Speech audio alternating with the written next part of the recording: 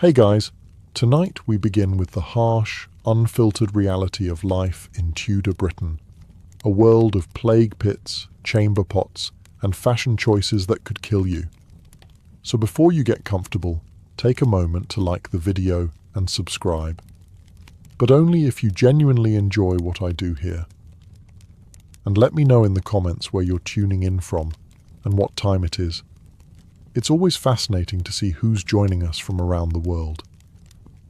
Now, dim the lights, maybe turn on a fan for that soft background hum, and let's ease into tonight's journey together. Your eyes flicker open. Congratulations. You've survived the night. That's already more than many in Tudor Britain could say.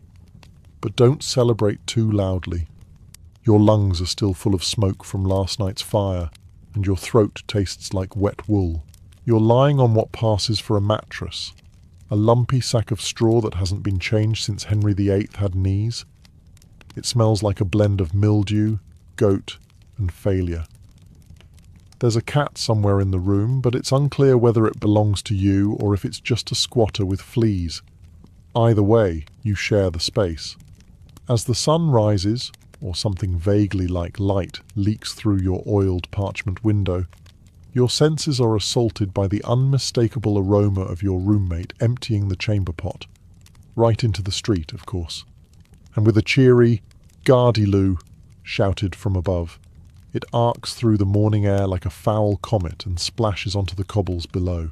You sit up. Big mistake.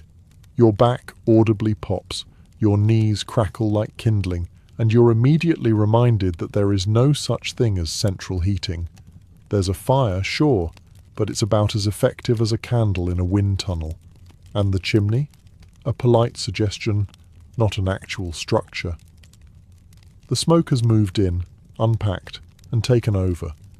If you're poor, and let's be honest, you are, you're sharing this room with multiple people, all of whom snore like livestock and sweat like they're paid to do it.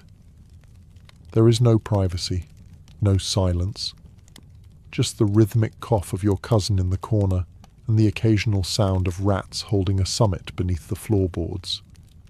There's no mirror, but if there were, you'd see your hair flattened by grease, your teeth slightly more diagonal than yesterday, and your eyes filled with that special blend of exhaustion and pre-modern scurvy. Time to start the day. Just try not to step in anything squishy on your way to the door. Let's talk dental hygiene, or more specifically, the tragic absence of it. In Tudor Britain, brushing your teeth was not a daily ritual. It wasn't even a ritual. It was more like a rumour. The average person didn't have toothpaste, toothbrushes, or a basic understanding of bacteria. What they did have was stale bread, mead, and the dental resilience of a brick wall.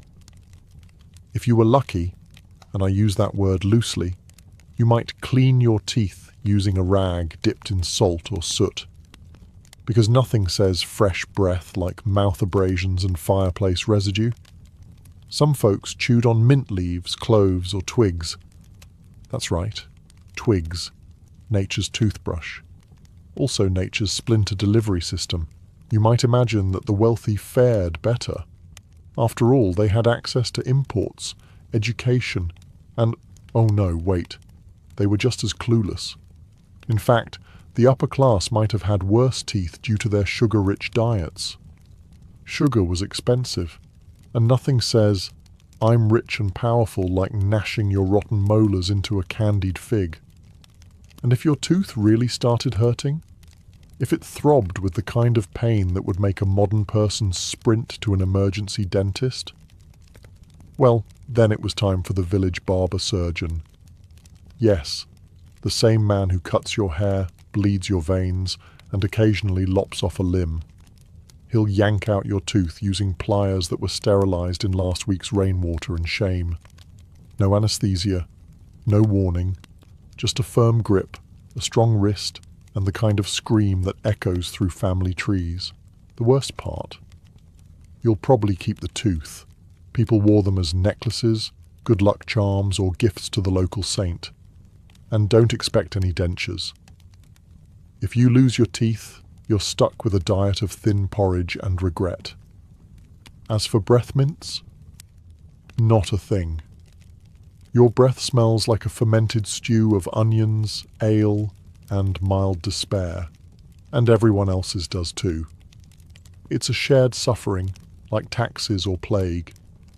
It's breakfast time in Tudor Britain, which is a lot like breakfast time today, if you removed coffee, cereal, fruit, and joy. The good news? You get to eat something warm. The bad news? It's mostly beige, and it tastes like wet despair. Let's start with the beverage. Is it tea? No. Coffee? Don't be ridiculous. You're drinking ale. Yes, ale. At breakfast. Because the water is teeming with bacteria and possibly ghosts. Children drank ale. Pregnant women drank ale. Monks drank ale. And they brewed it themselves while muttering prayers and possibly judging you. Now, on to the solid portion of the meal. Bread. It's coarse, brown, and somewhere between edible and exfoliating.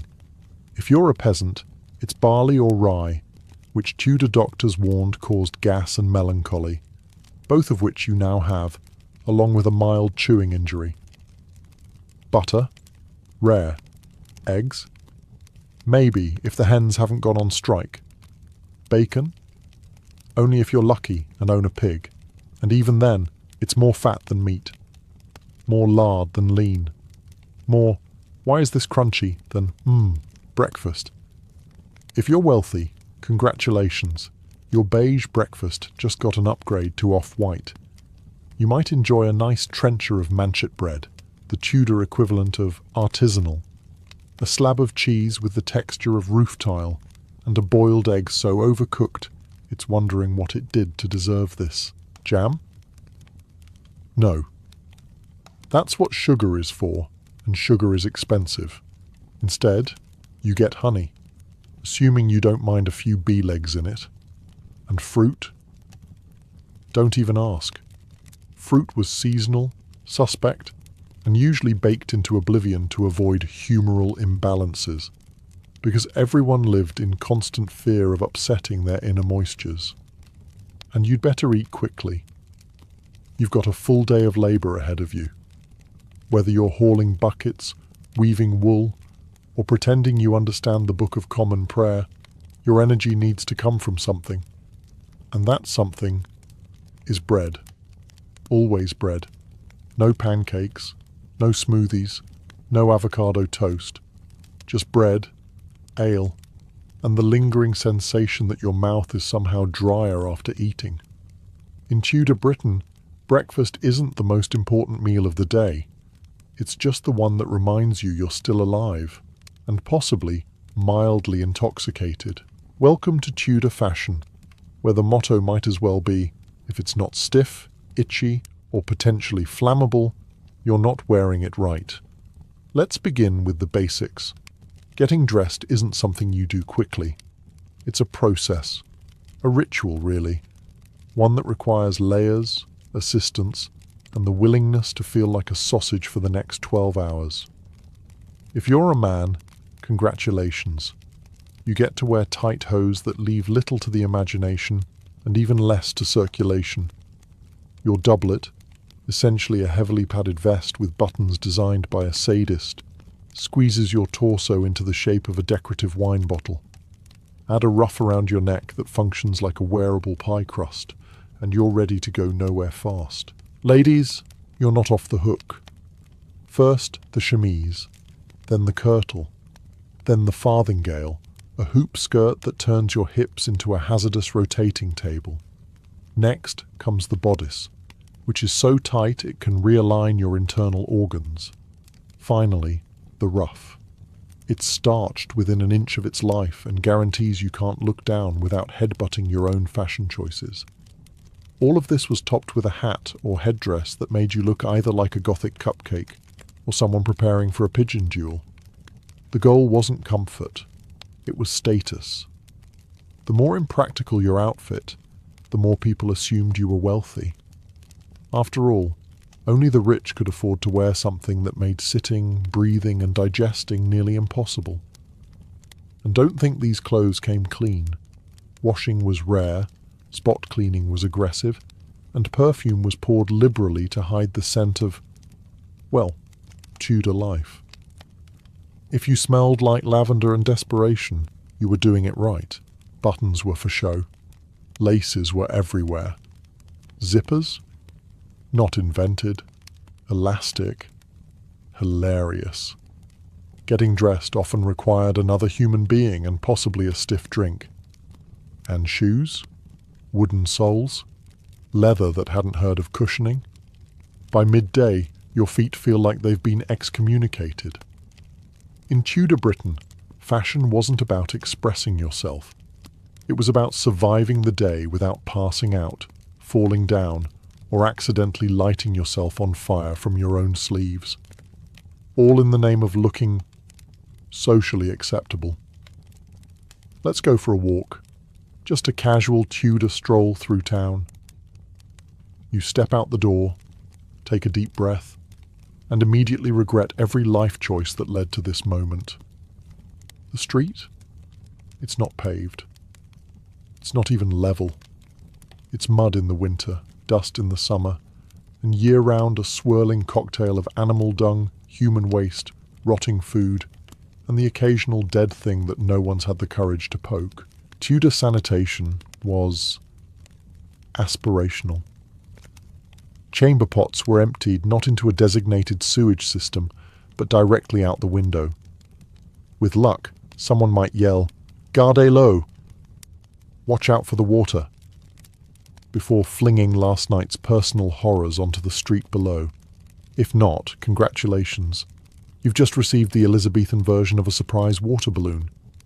The street-level problem was so bad, shoes had to evolve. Enter the pattern, a wooden platform you strapped to your actual shoes, so you wouldn't sink into the street like a sad biscuit in tea. Walking became a mix between tightrope acrobatics and parkour over various unspeakables.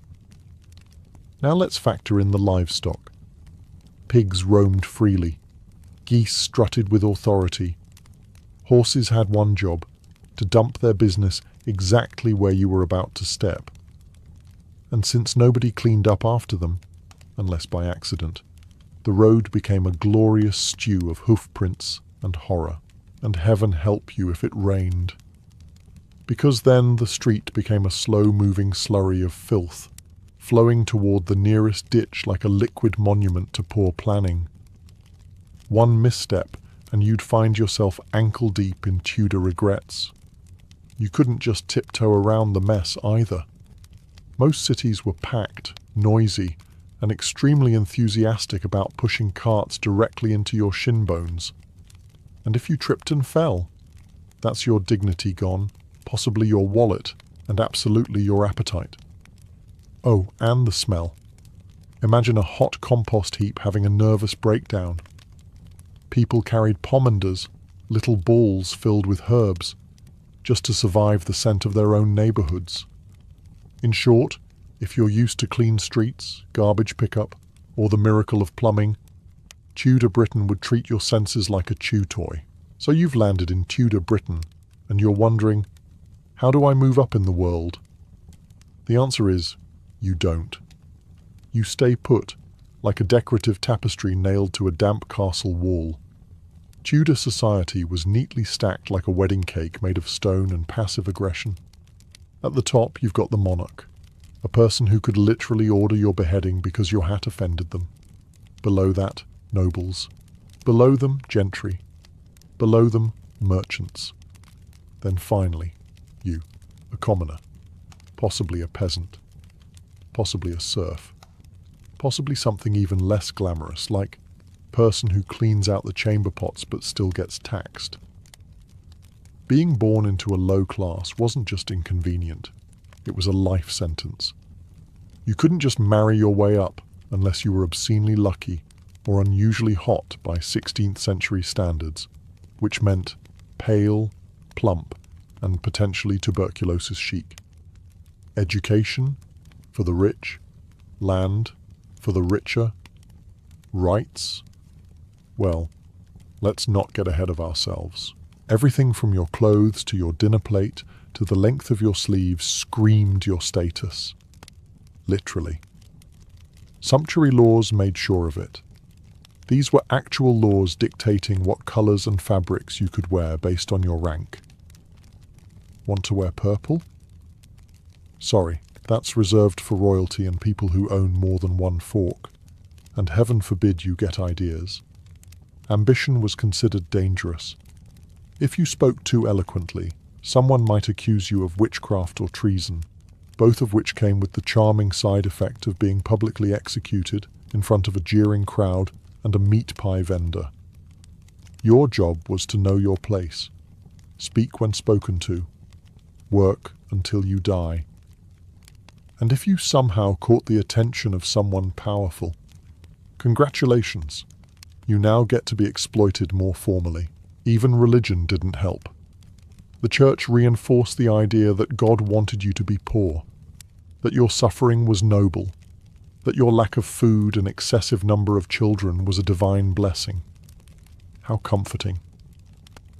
If you're dreaming of a cozy Tudor job with reasonable hours, health benefits, and maybe a dental plan, allow us to introduce you to reality, now with more blisters and tetanus. Work in Tudor Britain wasn't something you did to fulfill your potential or build a career. It was something you did so you wouldn't die even faster. From dawn to dusk, and sometimes well beyond that, your body was the primary tool, and if it broke, you got replaced, probably by your child. Let's say you're a farmer. Great. That means you wake up before sunrise, eat a crust of something that wishes it were bread, and then spend the next 12 hours covered in mud, sweat, and possibly livestock byproducts. Your plough is made of wood, your hands are calloused into oblivion, and your one good ox is probably limping. You can't call in sick because sick is your default setting. But maybe you're a skilled tradesman. Fancy. That means instead of freezing in a field, you get to freeze in a workshop, inhaling sawdust or lead fumes while working by candlelight. If you're a blacksmith, congratulations. Your profession is basically medieval CrossFit, minus the Instagram clout. If you're a cooper, you make barrels until your spine resembles a decorative question mark. And don't forget the servants. If you're working in a noble house, you're on call 24/7, sleeping in the hallway, and waking up to the gentle sound of someone yelling at you for not lighting the fire fast enough. Your reward? Leftovers. Cold ones. If you're lucky. Children were expected to work as soon as they were old enough to stop swallowing tools. Chimney sweeps, stable boys, water carriers. You name it. There was a 10-year-old doing it badly, cheaply, and dangerously. Women didn't escape this joyride either. In addition to raising enough children to field a Tudor soccer team with substitutes, they also spun wool, churned butter, carried water, cooked over open flames, and somehow still got blamed if the bread burned or the cow gave side-eye. Vacations didn't exist. Weekends weren't invented. Rest was what you did when your body gave out and nobody noticed for a few hours. Feeling a bit under the weather in Tudor Britain? Perhaps a sore throat, a little fever, or a suspicious boil that seems to be whispering Latin? Great. It's time to call the doctor. Just know, whatever's about to happen next, it's not science. It's more like medieval improv, but with knives and leeches. First off, there were doctors, if you were rich. And even then, their methods had less to do with healing and more to do with humours.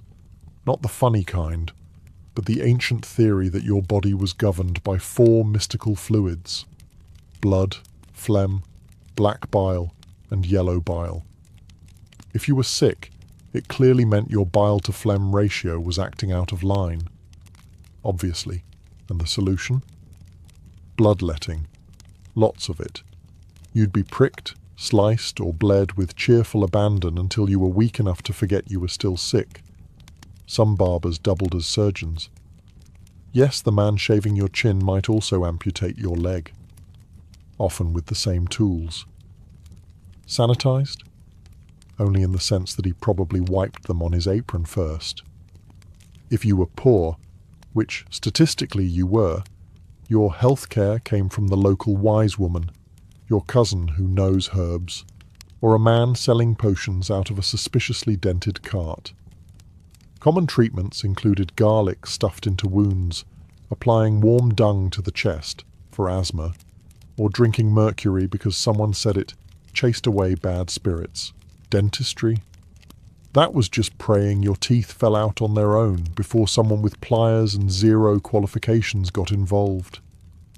Anesthetics didn't exist. The closest you got to pain relief was alcohol, which also doubled as the disinfectant, the surgeon's courage, and your ride into unconsciousness. And let's not forget the plague.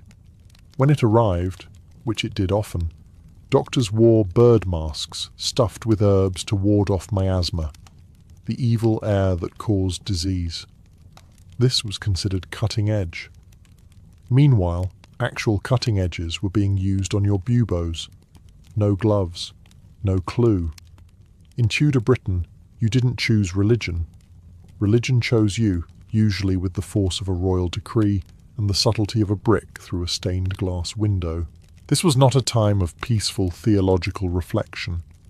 It was a time when kings and queens played spiritual musical chairs, and everyone else had to pray whichever way the throne was facing that week, or risk losing their head. Literally.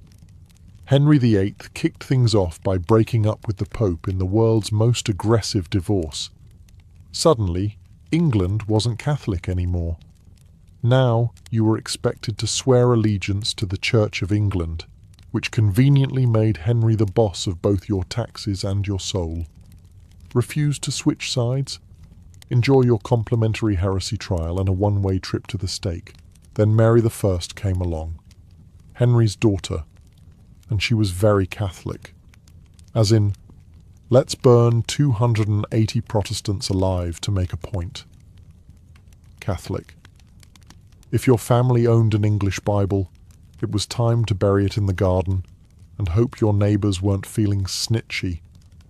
You could be executed simply for praying the wrong way, reading the wrong version of Scripture, or looking too smug during Mass.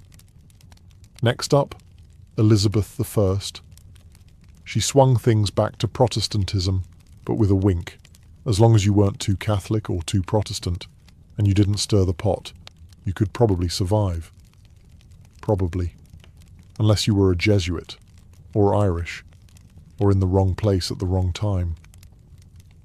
Religion in Tudor England was a bit like walking a tightrope over a shark tank, wearing bells. Church attendance was mandatory, as in, fined if you don't go mandatory. Priests doubled as local informants. Sermons were often thinly veiled political speeches, and nobody was quite sure if God approved of you unless the Queen said so. Confess the wrong belief, and you'd end up in the Tower. Stay silent, and someone might accuse you anyway just to gain your land. So no, you didn't find faith in Tudor Britain. You clung to whatever belief system wouldn't get you boiled alive that month and muttered your prayers through gritted teeth while checking over your shoulder. Just when you thought your life in Tudor Britain couldn't get worse. Surprise. It's plague season. Again. It's like pumpkin spice lattes in the modern world, but with more screaming and far less cinnamon. The plague didn't just show up once and ruin everybody's month. It came back regularly, like an unwanted dinner guest who never got the hint.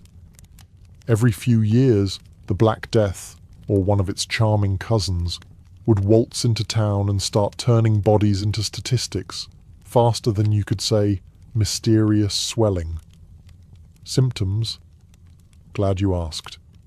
First, a fever, then headaches, then lovely oozing buboes, painful swellings in places you'd rather not discuss.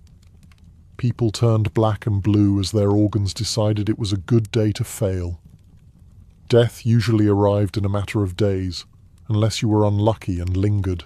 Hygiene, of course, wasn't exactly winning any awards. People dumped chamber pots into the streets, rats had the run of the place, and fleas were the most active healthcare workers in the kingdom, albeit with questionable methods. Your odds of survival improved only if you fled the city fast enough or if you had a naturally antisocial personality that kept you from catching literally everything. The government's response? Quarantine, which, in Tudor terms, meant nailing your front door shut and painting a red cross on it while your neighbours prayed loudly that you wouldn't sneeze near their livestock. If you died inside, well, eventually someone would come by to collect the bodies. Probably. Doctors, if you were rich enough to afford one, wore terrifying beaked masks stuffed with herbs, which they believed filtered out the bad air. It didn't, but it did make them look like evil bird lawyers, so that's something. Plague also had a knack for messing with the economy. Markets shut down, trade stalled, and labour shortages meant your local blacksmith might also be your new midwife. Entire families vanished, towns emptied overnight, and rumours of divine punishment soared, usually blaming women, foreigners, or, you guessed it, cats.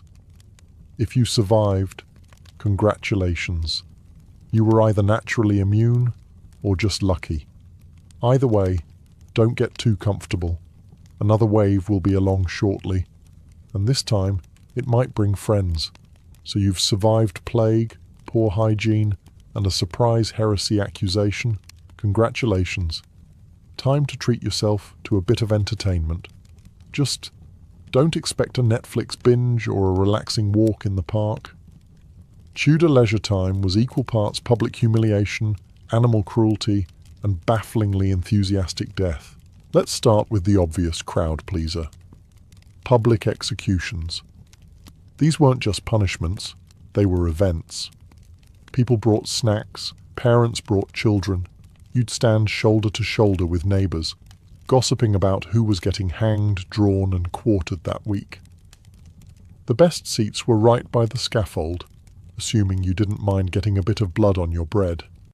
Hangings were for common criminals. Noble types, naturally, got beheadings. If you were lucky, it was a clean slice.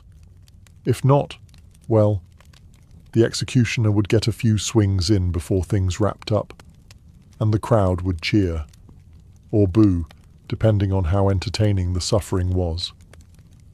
Still too tame? Welcome to bear baiting, a sport where a bear, yes, a literal bear, was chained to a post while dogs were sent in to attack it. The bear often won, until it didn't. Occasionally, the dogs were also mutilated ahead of time, just to spice things up. The audience loved it. If you were feeling fancy, you could catch a play at the local theatre. Shakespeare was active during the later Tudor years, and his tragedies had just enough murder and cross-dressing to please even the grumpiest ale-soaked spectator. But don't imagine a polite audience. This was less silent contemplation and more drunken shouting. If a scene bored you, you could throw a turnip at the stage. It was interactive theatre with produce. For more wholesome fun, there were cockfights where people bet money on chickens violently pecking each other to death. Or you could gather in the town square for a good old-fashioned pillorying, watching your neighbour get pelted with rotten food for stealing bread. Classic. Dancing and music did exist, but only if you weren't too poor or dead. And games like dice and cards were enjoyed by many, until the church condemned them as sinful distractions from proper suffering. Let's say, against all odds, you've survived the morning chamber pot ambush, dodged the plague, and even avoided getting crushed by a runaway cart full of turnips. You lock eyes with someone across the muddy square. Sparks fly. Your heart races. Your palms sweat, though that could be the lice. Is this love? No. No, it's not. This is Tudor Britain. Romance is less soulmate and more strategic land acquisition. Marriage in Tudor times was a transaction first, second, and third. Love, if it ever showed up, arrived late, confused, and slightly drunk. Families arranged matches like livestock trades. Dowries were exchanged, inheritances were secured, and the emotional well-being of the bride was considered somewhere below. How many goats does her father have? For the nobility, marriages were political chess moves. Your feelings on the matter? Irrelevant. You could be a teenage girl marrying a man who remembers the Crusades. If he had a title and you had a womb, it was a perfect match. For peasants, it was slightly more flexible. You might marry someone because your cows grazed the same field.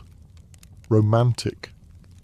Courtship, as such, was largely a supervised series of negotiations disguised as affection. A man might write you a love poem, sure, but only after confirming your father owned at least 2 pigs and a decent patch of barley. And that poem? Probably plagiarized from the local friar's collection of flirtatious psalms. Sex before marriage was technically a sin, which meant most people did it anyway, then lied about it. Or, if you got caught, you'd be hauled before the church court, where you'd either admit to being pre-contracted, an unofficial engagement, or mumble something about having been bewitched by her eyes. Either way, a fine was usually involved. For women, marriage was more or less the start of full-time domestic servitude, childbirth roulette, and possibly being blamed for your husband's gout. For men, it was the end of bachelor freedom and the beginning of financial stress, and also childbirth roulette. Adultery, rampant, discretion, minimal, divorce, technically possible, but only if you were a monarch with a habit of executing your exes. Otherwise, you were in it for life, or until the next plague took care of the paperwork. If you enjoy hot showers, minty toothpaste, or the basic sensation of not being sticky at all times, Tudor Britain is not your vibe. Let's begin with bathing. The Tudors had bathtubs, yes, but they were largely decorative, or used to store firewood. The average person bathed seasonally, which is a polite way of saying almost never. Soap existed, but it was made of lye and pig fat, meaning using it was slightly better than scrubbing with a brick. But didn't Queen Elizabeth bathe once a month? Sure, allegedly. But she was the Queen. You, peasant viewer of this hypothetical historical video, would be lucky to rinse your feet in a muddy stream between ploughing fields and dying of trench mouth. Water itself was suspect. Clean drinking water wasn't common in towns and cities, so most people drank ale, even for breakfast. Children drank weak beer. Babies? Possibly beer-flavoured porridge. Meanwhile, washing with water was thought to open your pores to disease. So many opted for the no wash or no plague method. Shockingly, it didn't work. To manage the stench, people layered on perfumes and herbs. Imagine BO, wet dog, and lavender trying to negotiate peace in your nostrils. It wasn't pleasant, but it was period accurate. Hair care? Scalp hygiene was more of a suggestion than a practice. Lice combs were a common accessory, and delousing was a romantic couple's activity. Wigs were powdered with everything from starch to crushed bone, so even the fashionably clean weren't. Teeth? A Tudor smile was rustic. They cleaned teeth with cloth, soot, salt, or crushed oyster shells, all of which sound more like flooring materials than hygiene tools. Elizabeth I's teeth reportedly turned black from sugar. Since she was considered a trendsetter, others started blackening their own teeth intentionally. That's right, the Queen's rotting smile was a fashion statement. Clothing wasn't washed often either. Instead, people changed their linen underclothes when they turned see-through with grime. Outer garments might be brushed or beaten, but washing them? Too risky. The fabric might disintegrate, or worse, shrink. And a shrunk doublet was a social disaster. So, let's say you committed a crime in Tudor Britain. Perhaps you stole a loaf of bread, or insulted someone's hat, or heaven forbid had thoughts. Congratulations. You've earned a crash course in a justice system that's about 10% law and 90% spectacle. First things first. Forget lawyers, rights, or the concept of a fair trial. Trials were quick, often over before you could say, "Wait, that's not mine." Your defense might be a mumble, a prayer, or just hoping the judge was drunk and merciful. Spoiler, he wasn't. Now, the punishment. This was the Tudor version of public service announcement meets medieval Yelp review. Petty crimes, stocks. You'd be locked in place while townsfolk threw things at you. Vegetables if they were kind, rocks if they weren't, or, in a particularly Tudor twist, dead rats. Because why not? For more serious crimes, you might get whipped in the town square, or branded with a hot iron, or have your ears cut off, a kind of Tudor loyalty card. Collect both, and the pain is free. Adultery, public shaming, slander, cut out your tongue, repeat offences, hangings, quick if lucky, botched if usual. And then there were the executions for capital crimes, treason, witchcraft, saying something weird during Lent. Hanging was the default, but if you really annoyed the monarchy, it escalated fast. Hanging, drawing, and quartering. That's where they kill you 4 times for the price of 1, and scatter your body parts around as medieval Pinterest decor. Beheadings? Reserved for nobles? But even that had risks. If the executioner had shaky hands or a rough night, you might get the deluxe package. 1 swing, 2 swings. Oh dear. Anne Boleyn at least got a French swordsman. That was considered classy.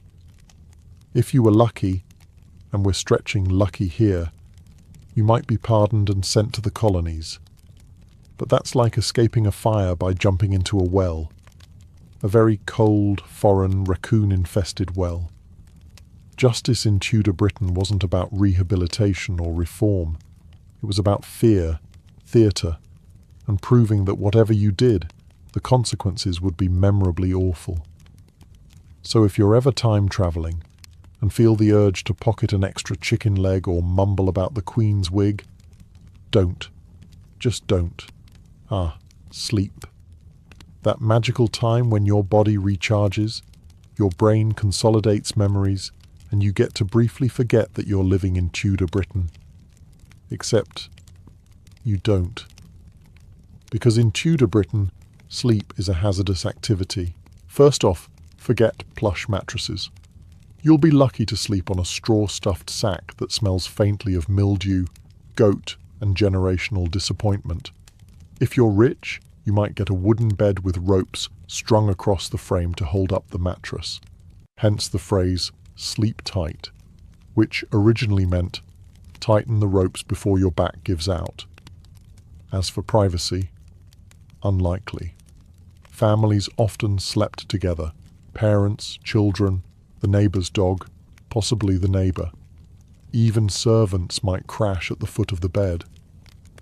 The concept of personal space hadn't been invented yet, and beds weren't just crowded, they were strategic. People often slept in shifts in case of burglars, fires, or something called night air, which was believed to cause disease. That's right, people thought the dark itself could kill you. So windows were sealed, air was still, and the room became a humid stew of farts and paranoia. Sleep itself was also divided.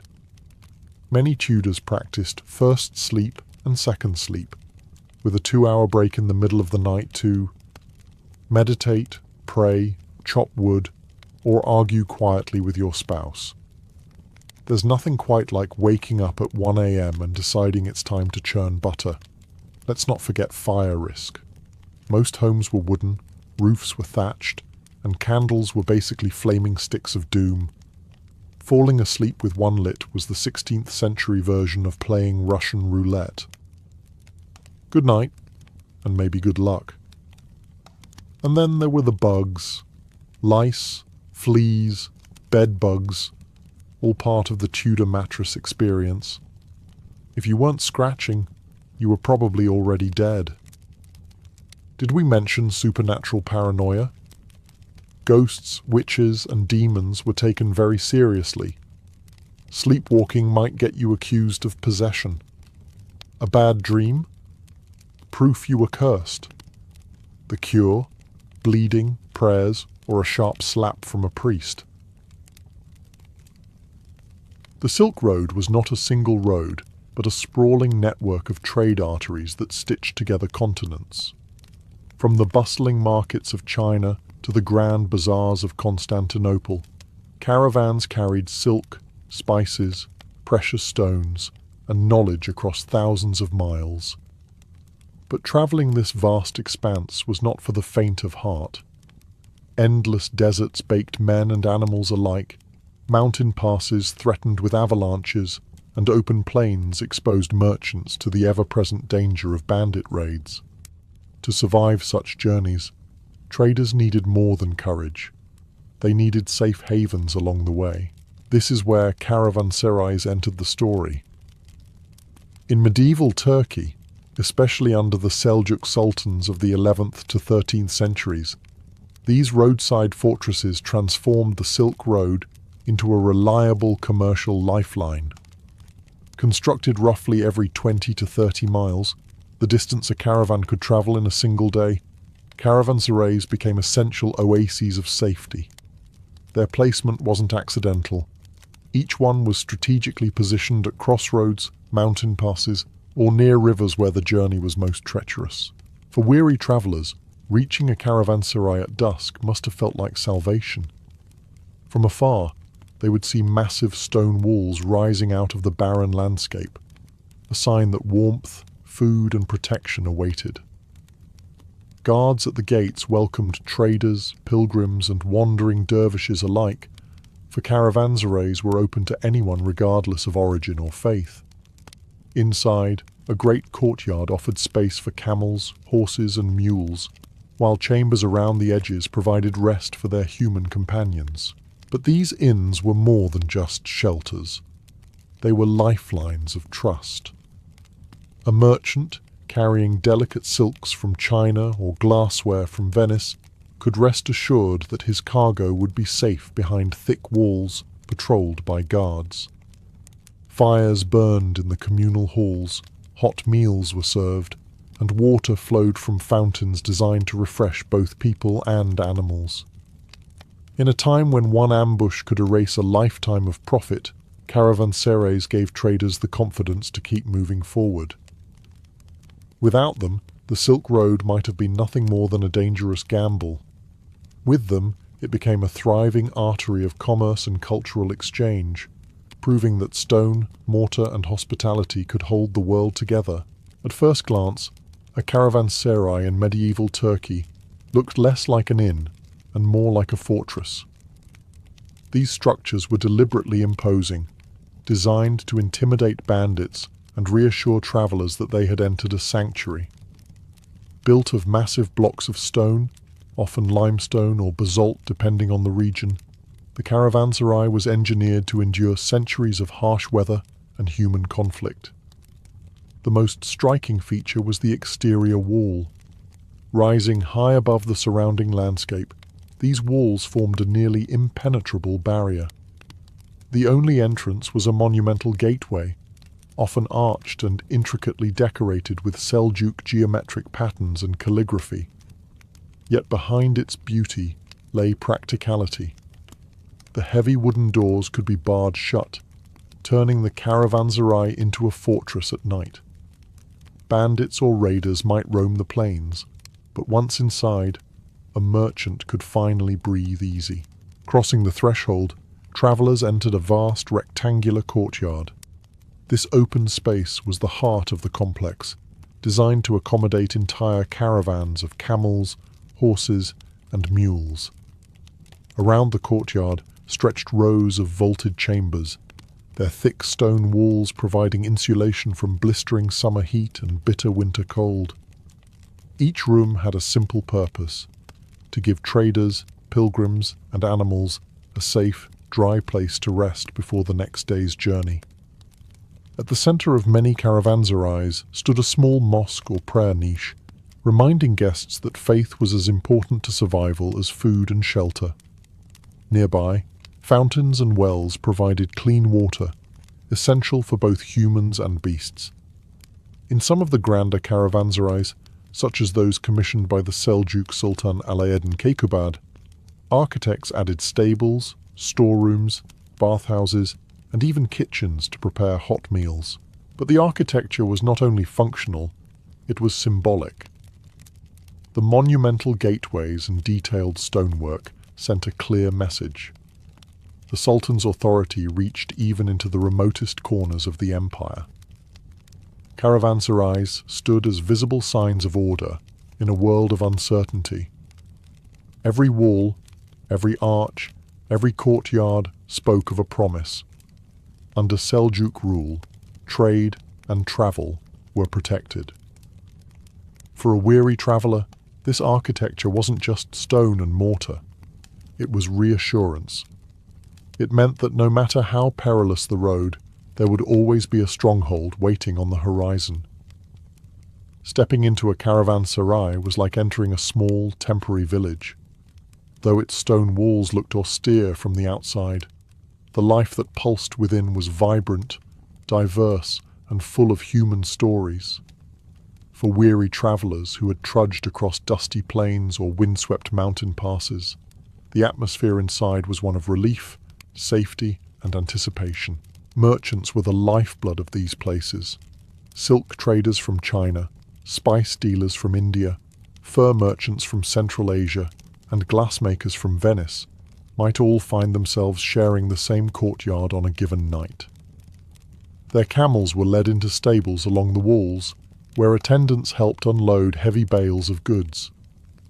In exchange for a modest fee, or sometimes entirely free under state patronage, merchants could eat, rest, and plan the next leg of their journey without fear of theft or ambush. Meals were a communal affair. Caravanserai kitchens often prepared hearty stews, flatbreads, and lentil soups, food that could satisfy men who had marched alongside their animals all day. The smell of roasting meat mingled with the smoke of fires, drifting through the vaulted chambers. Around these fires, merchants exchanged not only food, but also stories, tales of distant markets, whispered rumours of bandits on the road ahead, or news from faraway courts. In this way, caravanserais became hubs of information, as well as trade. Religion was ever present. Many caravanserais included a small masjid, either a domed chamber or a raised platform in the courtyard, where travellers performed evening and morning prayers. Pilgrims en route to Mecca often mingled with merchants and wandering dervishes, giving the space a spiritual as well as commercial significance. But life inside was not all solemnity. There was a buzz of commerce and human interaction. Local villagers sometimes gathered outside the caravanserai walls to sell fresh produce, firewood, or crafted goods to travellers. Within, healers treated sick animals, scribes drafted contracts, and sometimes entertainers, musicians, poets, or storytellers, lightened the mood after a long day on the road. Despite its transient nature, the caravanserai fostered a unique sense of community.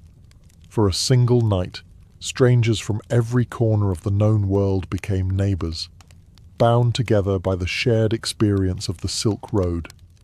When dawn came and the gates opened, the caravan dispersed again into the wilderness, carrying with it not only goods, but also ideas, friendships, and memories born within those protective walls. Hospitality was not a luxury in medieval Turkey, it was a sacred duty. Rooted in both Islamic tradition and Turkic customs, the caravanserai embodied this principle in stone. Every traveller, regardless of wealth, faith, or nationality, was entitled to shelter and protection within its walls. This spirit of generosity transformed the Silk Road from a perilous gamble into a lifeline of trust. Upon arrival, guests were greeted not as burdens, but as honoured wayfarers. Some caravanserais, especially those funded by the Seljuk sultans, offered food and lodging free of charge for 3 nights. Hot bread, steaming stews and fresh water were provided to restore strength, while attendants helped tend to animals with hay and grain. For many merchants, this hospitality was more than kindness. It was survival. A hungry man could not travel, and a weak caravan could not keep commerce flowing. Yet hospitality alone was not enough. The roads were plagued by bandits, tribal raiders, and opportunistic thieves who targeted caravans heavy with silks, spices, and gold. Caravanserais therefore doubled as fortresses. Their thick walls, guarded gates, and watchtowers deterred attackers. Once the massive wooden doors were shut at dusk, no intruder could easily breach them. Guards patrolled the courtyards and stables, ensuring the safety of both men and goods through the night. Inside, rules were enforced to maintain peace among travellers. A merchant carrying Venetian glass might be sharing space with a fur trader from the Russian steppes or a spice dealer from India. With so much wealth gathered under one roof, disputes could easily flare. Caravanserai overseers, often appointed by the state, acted as mediators, ensuring order and fairness. This sense of security encouraged merchants to press forward with their journeys rather than abandon them to fear.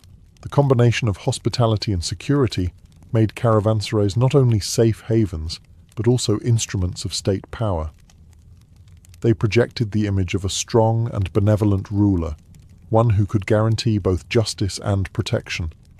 Each traveller who rested under their vaulted roofs left with renewed loyalty to the Sultan's authority.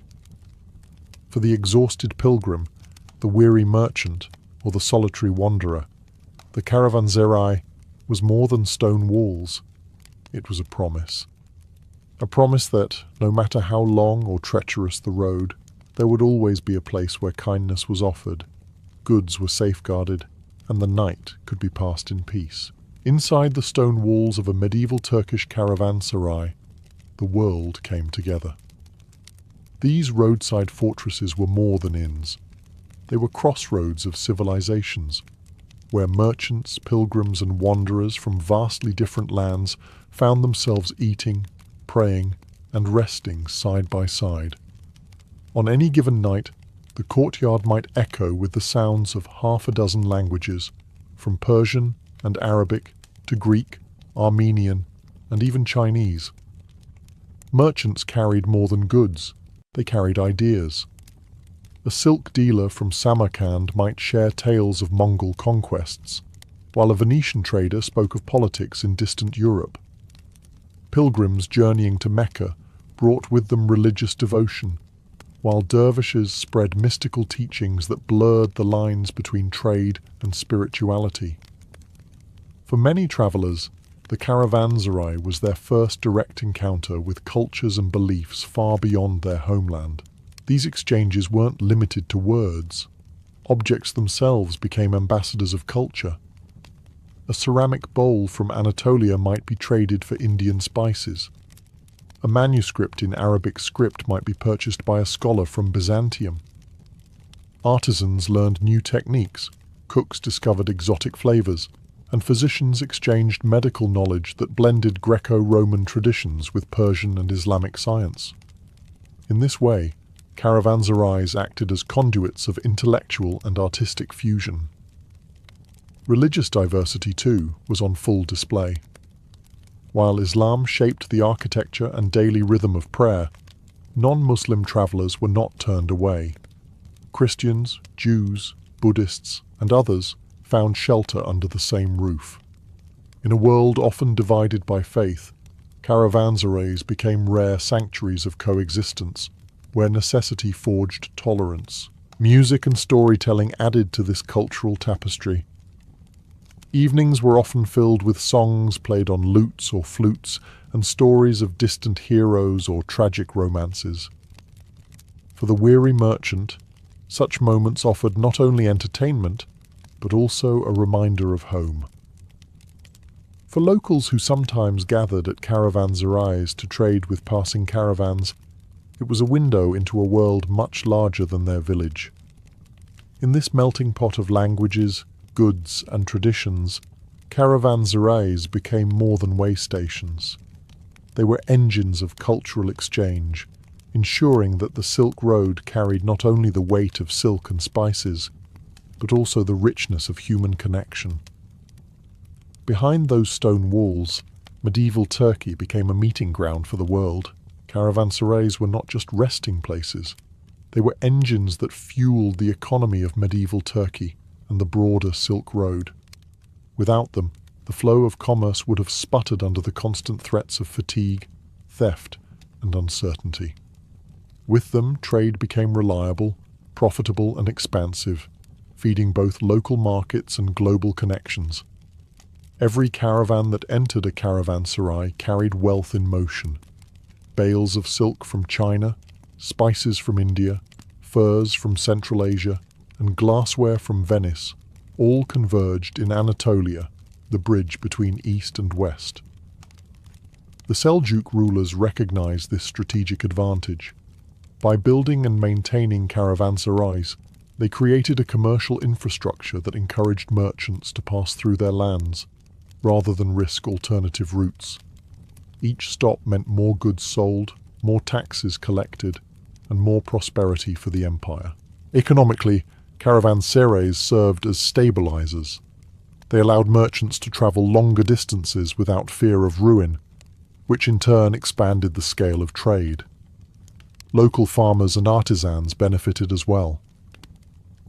Villagers near caravanserais sold grain, vegetables, firewood, and textiles to travelers, injecting wealth into rural communities. Craftsmen found steady markets for their wares, while moneylenders and scribes offered services to merchants who needed contracts or loans. In this way, caravanserais spread economic activity outward, enriching both cities and villages. Some caravanserais also functioned as miniature marketplaces. Merchants who wished to lighten their loads or test new markets often traded directly with other travelers inside the courtyard. Deals struck under those vaulted roofs could ripple across continents. A merchant from Damascus might sell textiles to a Genoese trader who would then carry them to Europe, where they fetched triple the price.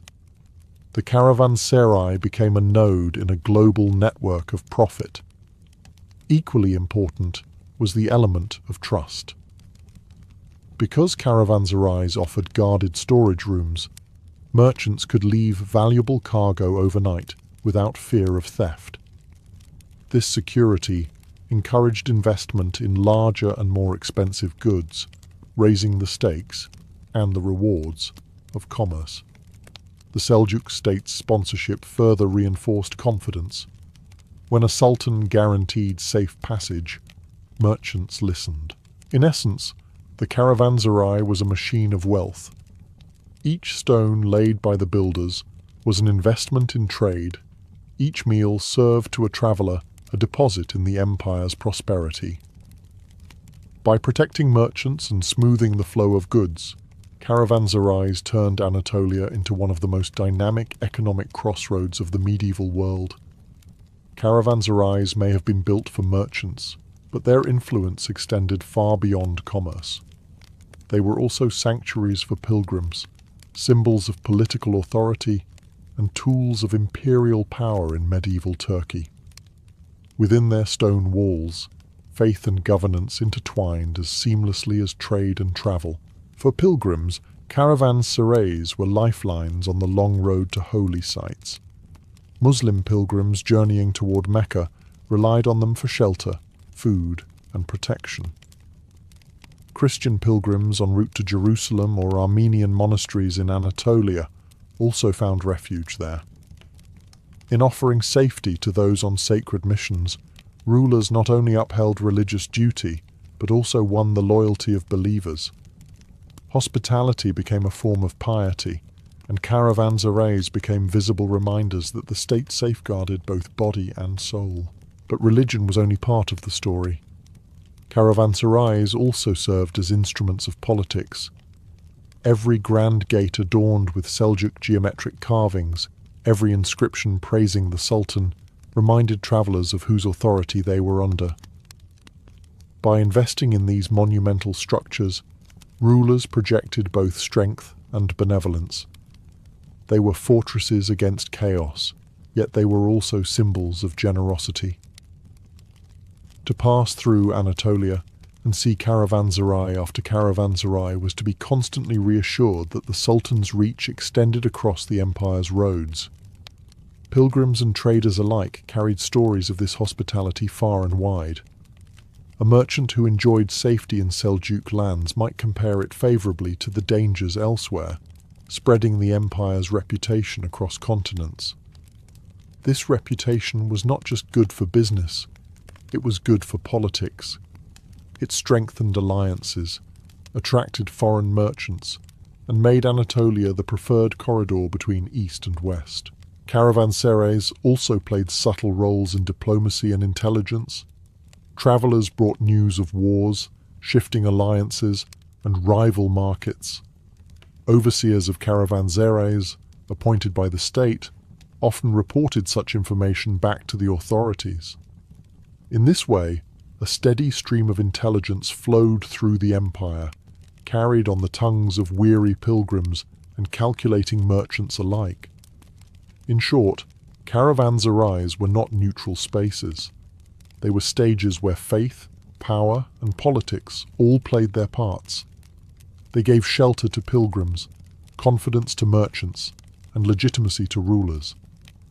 Every bowl of soup served, and every gate guarded carried a deeper message, that the empire was both protector and provider, uniting commerce, devotion, and governance along the arteries of the Silk Road.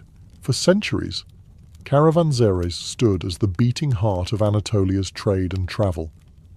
But no institution remains untouched by the march of history. By the late medieval period, the caravanserai system that had once flourished under the Seljuks began to face decline. The reasons were many: political, economic, and technological, and together they transformed these once bustling fortresses into relics of a bygone era. The first blow came with the fragmentation of political power. The Seljuk Empire, which had poured resources into building and maintaining caravanserais, weakened and eventually fractured into smaller principalities. Without centralized authority, the upkeep of these massive stone structures became inconsistent. Some fell into disrepair as local rulers shifted priorities toward fortifications or palaces, leaving travelers with fewer reliable havens. At the same time, the rise of the Ottoman Empire reshaped trade routes. While the Ottomans continued to build caravanserais, they increasingly emphasized urban centers, ports, and larger cities as hubs of commerce. Maritime trade also expanded rapidly during the late medieval and early modern periods. The Mediterranean and Red Sea routes grew in importance as European powers developed stronger navies and overseas empires. Sea lanes became faster, safer, and more profitable than the arduous overland trek across Anatolia. As a result, caravans diminished in size and frequency, leaving caravanserais quieter and emptier. The Mongol invasions and subsequent instability across Central Asia also disrupted the Silk Road itself. With parts of the route plagued by war or insecurity, fewer long-distance merchants ventured westward. Those who did often preferred to deal through intermediaries, rather than endure the perils of crossing multiple unstable regions. Caravanserais, once crowded with camels and merchants, saw fewer guests. Yet decline did not mean disappearance.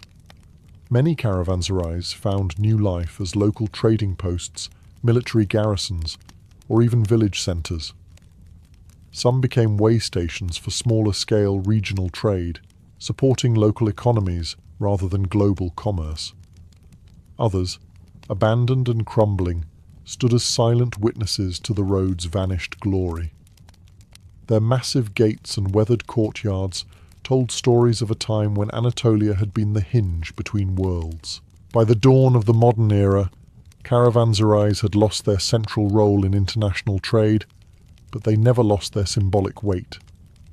They became reminders of a golden age when the roads of Turkey thrummed with the footsteps of pilgrims, merchants, and adventurers. Decline had dimmed their light, but it had not erased their legacy. Though their golden age has long passed, caravanserais remain some of the most enduring monuments of medieval Turkey. Their stone walls, still standing in many parts of Anatolia, whisper stories of merchants, pilgrims, and empires that once pulsed through their gates. Today, they are more than ruins. They are symbols of cultural memory, architectural brilliance, and the timeless human need for connection. Many caravanserais, such as the Grand Sultanhane near Aksaray, still display the ingenuity of Seljuk builders. Their monumental gates, intricate stone carvings, and vast courtyards showcase a marriage of functionality and artistry. For historians and architects, these structures are invaluable records of medieval engineering, combining defensive strength with aesthetic detail. Their survival through centuries of war, weather, and neglect is a testament to the skill and vision of their creators. But the legacy of caravanserais is not just architectural, it is cultural. They remind us that globalization did not begin in the modern age. Long before airplanes or shipping containers, these roadside inns facilitated exchanges that shaped the medieval world. Spices that flavored European kitchens, silks that adorned Ottoman courts, and stories that crossed continents all passed through their gates. Every merchant who rested inside contributed to a vast web of cultural fusion that still influences cuisine, art, and ideas today. In Turkey, many caravanserais have been restored and repurposed as museums, cultural centres, or even hotels. Visitors can walk through their echoing courtyards and imagine the bustle of camels and traders, the flicker of lanterns at night, and the hum of voices in a dozen languages. This revival keeps the memory of the Silk Road alive, transforming ancient walls into living classrooms for modern generations. Perhaps the greatest legacy of the caravanserai is the idea of shared humanity. These fortresses of hospitality stood as sanctuaries for anyone, regardless of faith or origin. In an age often marked by division, they offered a rare vision of coexistence. To step inside was to be protected not only by stone walls, but by a code of generosity and mutual respect. Today, when we speak of global trade, cultural exchange, or the meeting of East and West, the spirit of the caravanserai lingers. It is a reminder that roads do more than move goods. They connect people, and in those connections, civilizations are born, thrive, and leave their mark on history. When people imagine the Silk Road, they often picture camels burdened with bales of silk, merchants weighing spices, and caravans trudging across deserts. Yet the Silk Road carried more than tangible goods. It carried invisible treasures, music, melodies, and instruments that transcended borders. The sound of the Silk Road was as vital as its silk and spices, weaving together cultures in ways that words alone never could. Music travelled easily because it required no translation. A melody plucked on a lute in Persia could enchant a traveller from China who had never heard such tones before. A drumbeat that rallied horsemen on the Central Asian steppes could stir the heart of a trader from the Mediterranean. As caravans met, rested and mingled at caravanserais, music became the universal language. Performers entertained weary travellers, merchants shared songs from home, and new styles began to blend into hybrid traditions. Instruments themselves were like ambassadors. The Chinese pipa, a pear-shaped lute, found its way westward, influencing the design of Persian and Arab instruments. The Persian oud, in turn, journeyed east, leaving echoes in Chinese and Central Asian stringed instruments.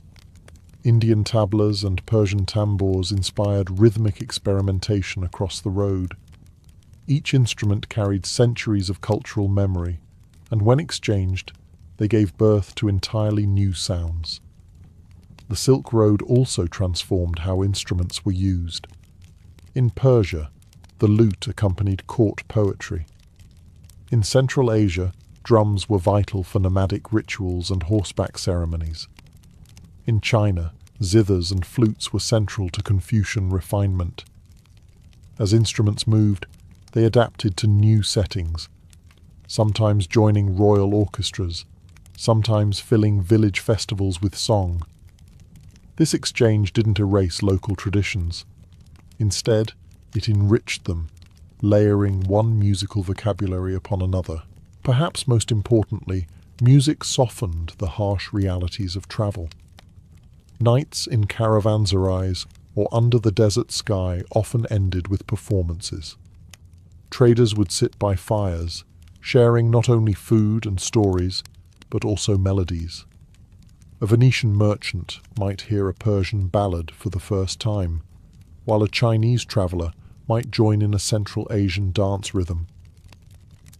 In these moments, music turned strangers into companions and competitors into allies, reminding all who travelled that they were part of something larger than themselves.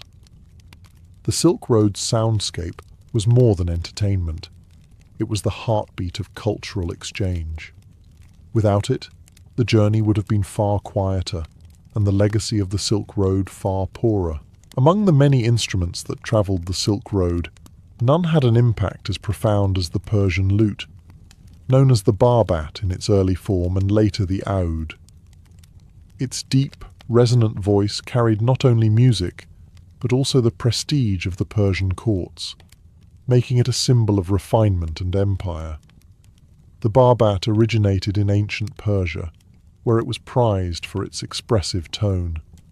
Its rounded body, short neck, and gut strings allowed musicians to pluck out melodies both mournful and joyous. By the early Islamic era, the instrument had become the darling of scholars, poets, and rulers. In Baghdad's Golden Age, philosophers like Al-Farabi wrote treatises on its tuning and tonal range, describing it as an instrument capable of capturing the human soul. For Persians, the lute was not just a tool for entertainment. It was an embodiment of intellect, artistry, and civilization itself. As caravans moved westward, the lute followed. Along the Silk Road it reached the Arab world, where it transformed into the oud, a slightly larger, more refined version of the barbat. From there, it spread across North Africa and into Spain, giving rise to the European lute that would dominate Renaissance music centuries later. Without the Persian barbat, Europe's musical landscape might have sounded very different. But the lute also travelled east.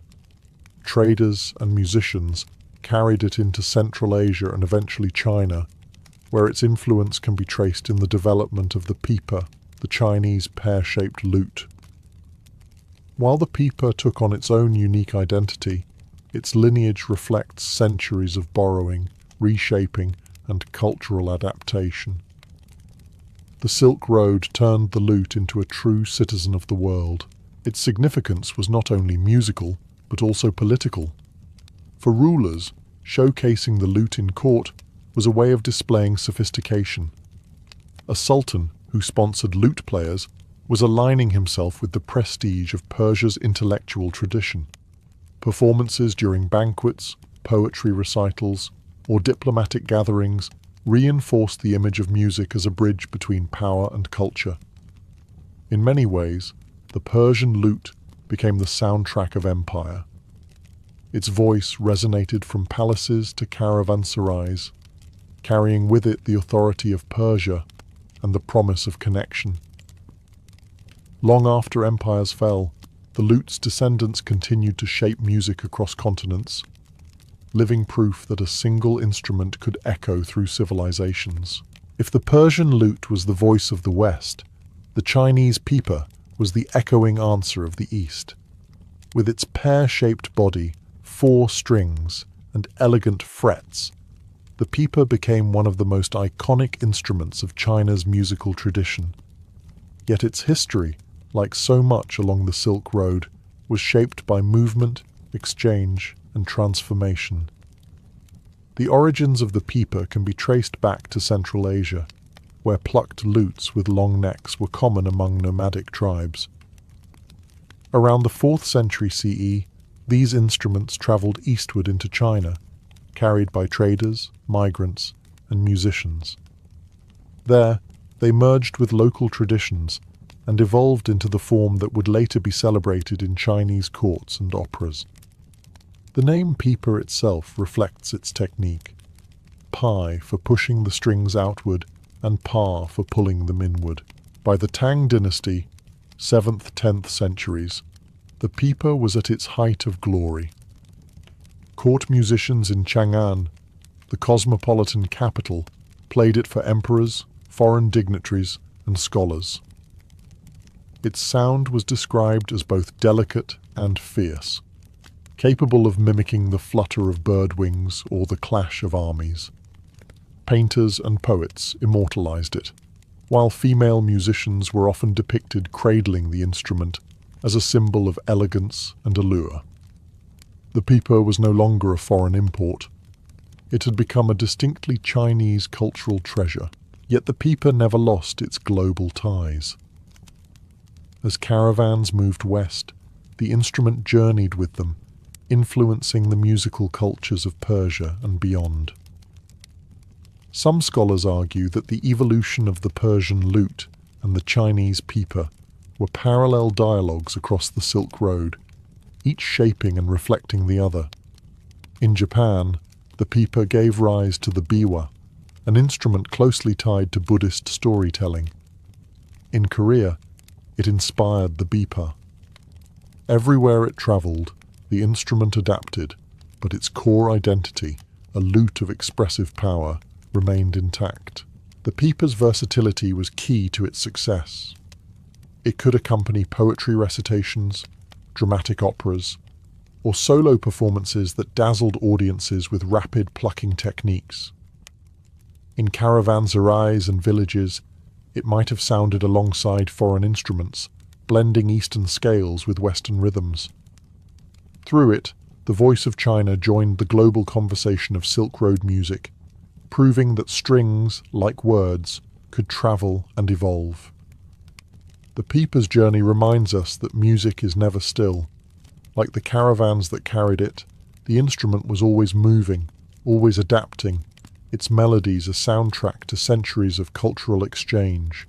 While Persia and China contributed elegant lutes and refined court instruments, the vast Central Asian steppes brought rhythm, power and pulse to the Silk Road. For nomadic peoples, Turks, Mongols and other steppe tribes, music was inseparable from daily life, warfare and ritual. Their instruments were not made for quiet chambers, but for open skies and galloping horses. At the heart of this tradition were drums. The darbuka and dohol, cylindrical or goblet-shaped drums, thundered across campfires and ceremonies. But it was the great kettle drum, the nakara, that carried true symbolic weight. Mounted on horseback or strapped to camels, these booming instruments signalled the movements of armies and the presence of rulers. A column of horsemen arriving with drums pounding was both music and message.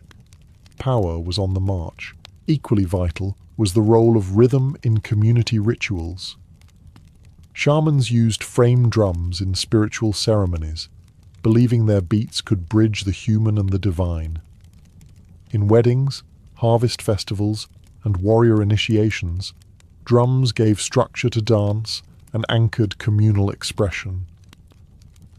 Without written language or permanent monuments, rhythm itself became the memory of the steppe, an oral tradition carried on skins stretched over wood. But Central Asian music was not only percussive. The nomads developed a unique form of horseback performance, where musicians played small, portable instruments even while riding. The most famous was the morin khur, or horsehead fiddle, with its haunting, resonant sound that seemed to mimic the neighing of horses or the wind sweeping across grasslands. This instrument, often played by bards, accompanied epic songs recounting battles, migrations, and ancestral legends. Its soundscape embodied the nomadic soul. As caravans crossed these regions, travelers could not escape the rhythms of the steppe. Merchants resting in yurts would hear the beat of drums alongside the crackle of fires, or the fiddle's drone echoing against the silence of the plains. Some of these instruments travelled with them, finding places in Persian, Chinese, and Ottoman ensembles. Others remained rooted in nomadic identity, influencing global music indirectly through their techniques and scales. Central Asia's rhythms gave the Silk Road its heartbeat. They reminded traders and pilgrims alike that the road was not only a corridor of goods, but also of stories told in sound. Stories of warriors, spirits, and the eternal partnership between man, horse, and drum. India's contribution to the Silk Road soundscape was as rich and intricate as the spices and textiles it exported. From the Ganges plain to the courts of the Deccan, music was deeply tied to spiritual devotion, storytelling, and scholarly pursuit. The subcontinent's instruments carried complexity, subtlety, and a philosophical depth that left a lasting mark on Eurasian music. One of the most influential gifts was the family of plucked string instruments that eventually gave rise to the sitar. Long before the sitar itself emerged in the Mughal courts of the 16th century, its ancestors, the veena and the rudra veena, were shaping India's musical tradition. These instruments, with their long necks, resonating gourds, and fretted fingerboards, produced melodies that could bend, glide, and sustain notes in ways that astonished foreign ears. The veena's ability to mirror the subtle inflections of the human voice made it perfect for accompanying devotional hymns and recitations of epic poetry. Equally important was rhythm. India's system of tala, intricate rhythmic cycles, was unlike anything merchants or musicians from Persia, China, or Central Asia had encountered. The mridangam and the early forms of tabla created patterns that wove in and out of melody with mathematical precision, turning percussion into a language of its own. For a Silk Road traveller hearing Indian ensembles, it was as if time itself was being stretched and shaped into art. As caravans reached Indian markets, musicians and travellers carried these sounds outward. The veena and its relatives influenced the evolution of the Persian sitar, literally three-string, which later inspired the Mughal sitar. Drums, too, left their mark. Indian rhythms filtered into Persian and Central Asian traditions, blending with simpler step beats to form hybrid patterns. Beyond the instruments themselves, India's concept of raga, a framework for melodic improvisation tied to mood, time of day and season, fascinated foreign musicians. It presented music not just as entertainment, but as a path to spiritual elevation. This idea resonated deeply with Sufis in Persia and Central Asia, who embraced music as a tool for transcendence. Through strings and rhythms, India offered the Silk Road both technical mastery and philosophical depth. Its instruments carried not just sound, but entire systems of thought, systems that would echo in the courts of Persia, the caravans of Central Asia, and centuries later, in the concert halls of the West.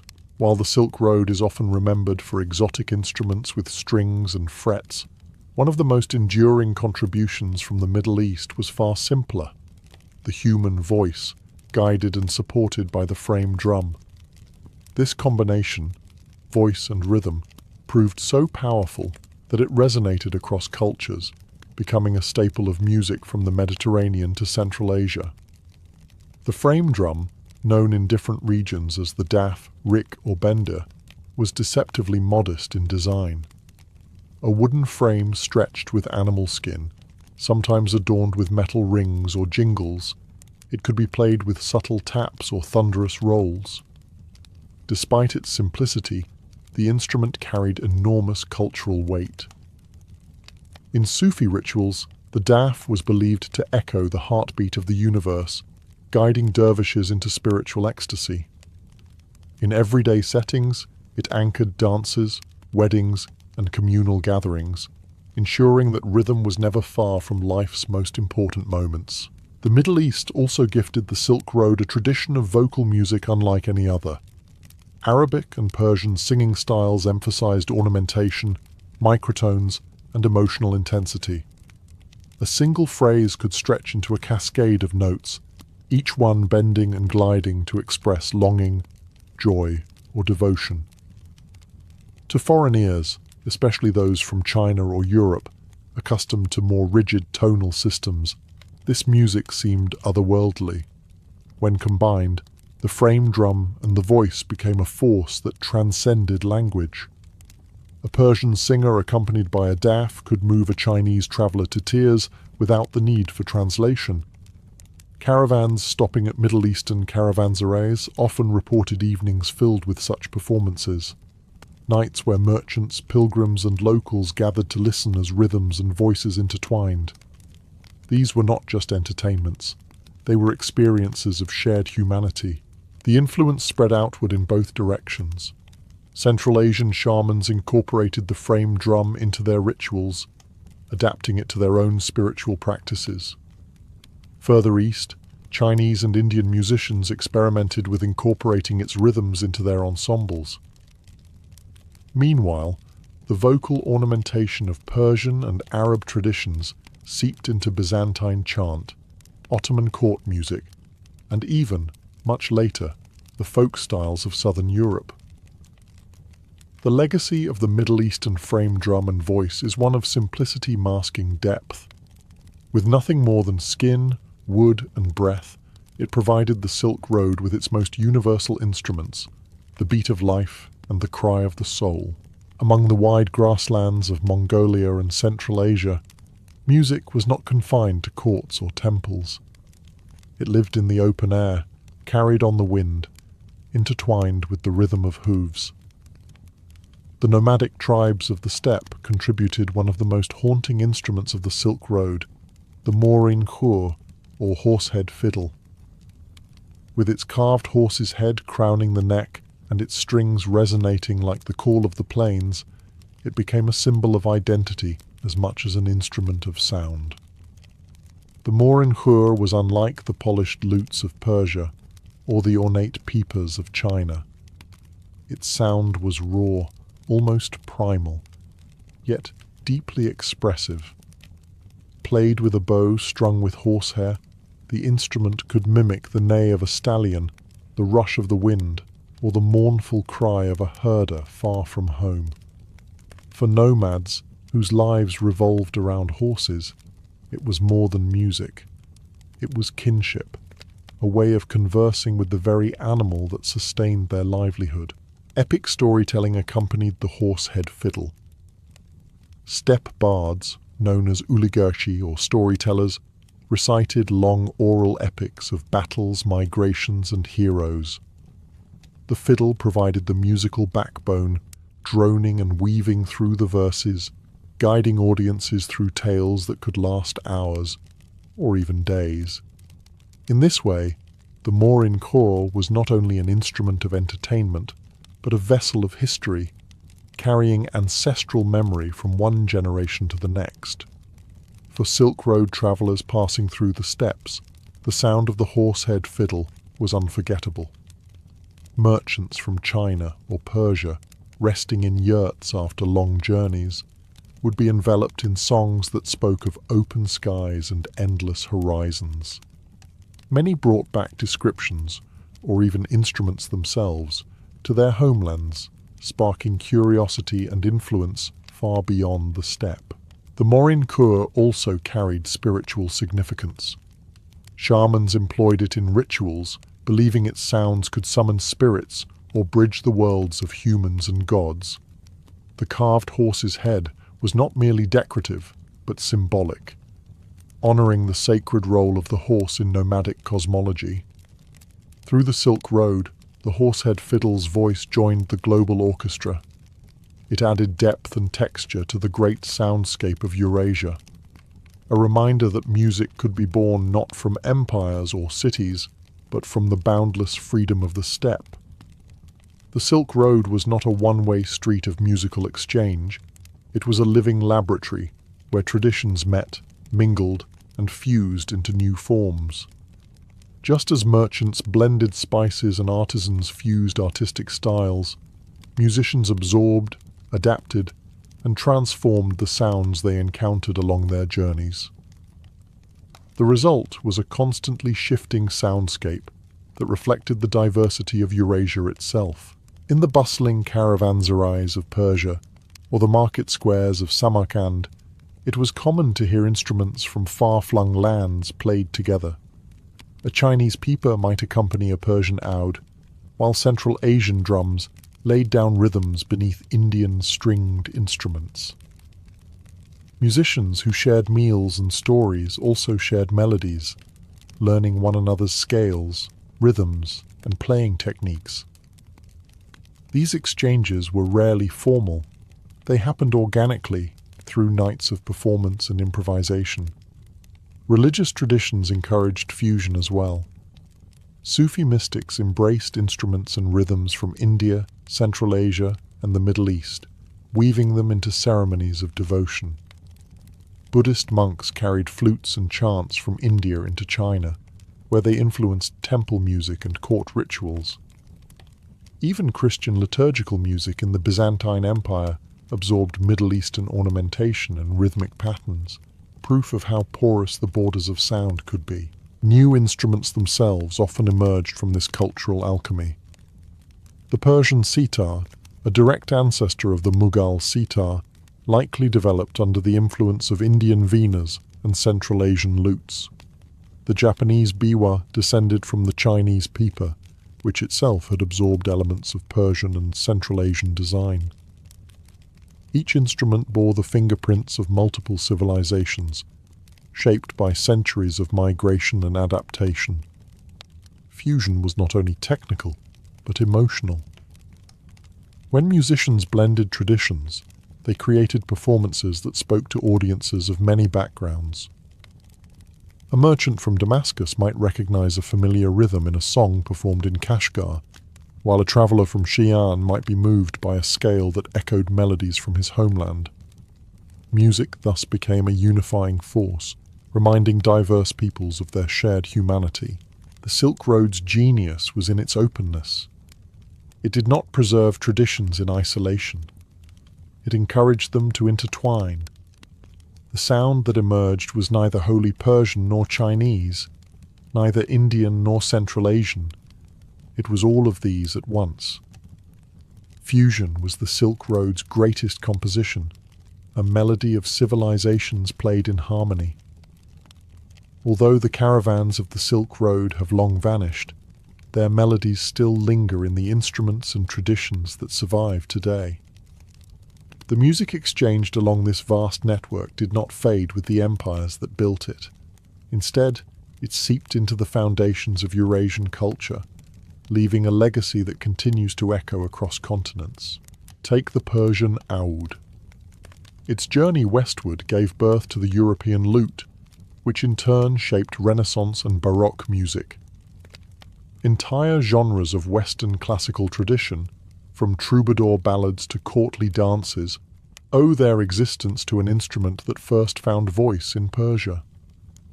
Similarly, the Chinese pipa inspired the Japanese biwa and the Korean bipa, each of which became integral to their own courtly and religious repertoires.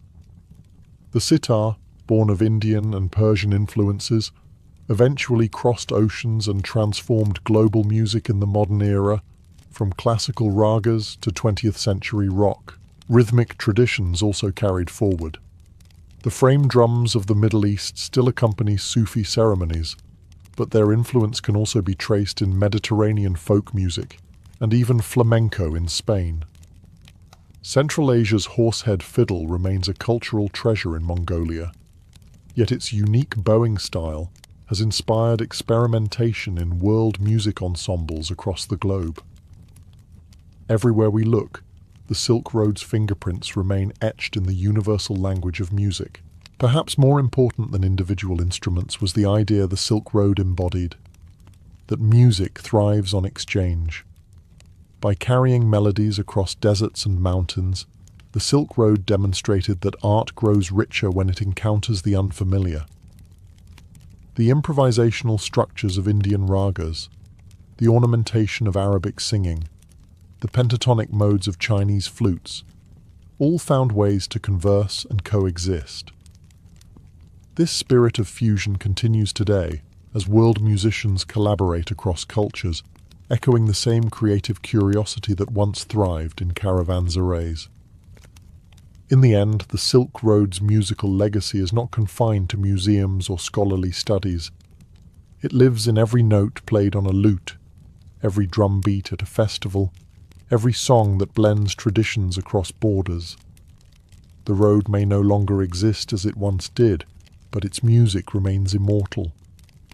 It reminds us that long before globalization had a name, melodies were already crossing borders, weaving cultures together into harmony.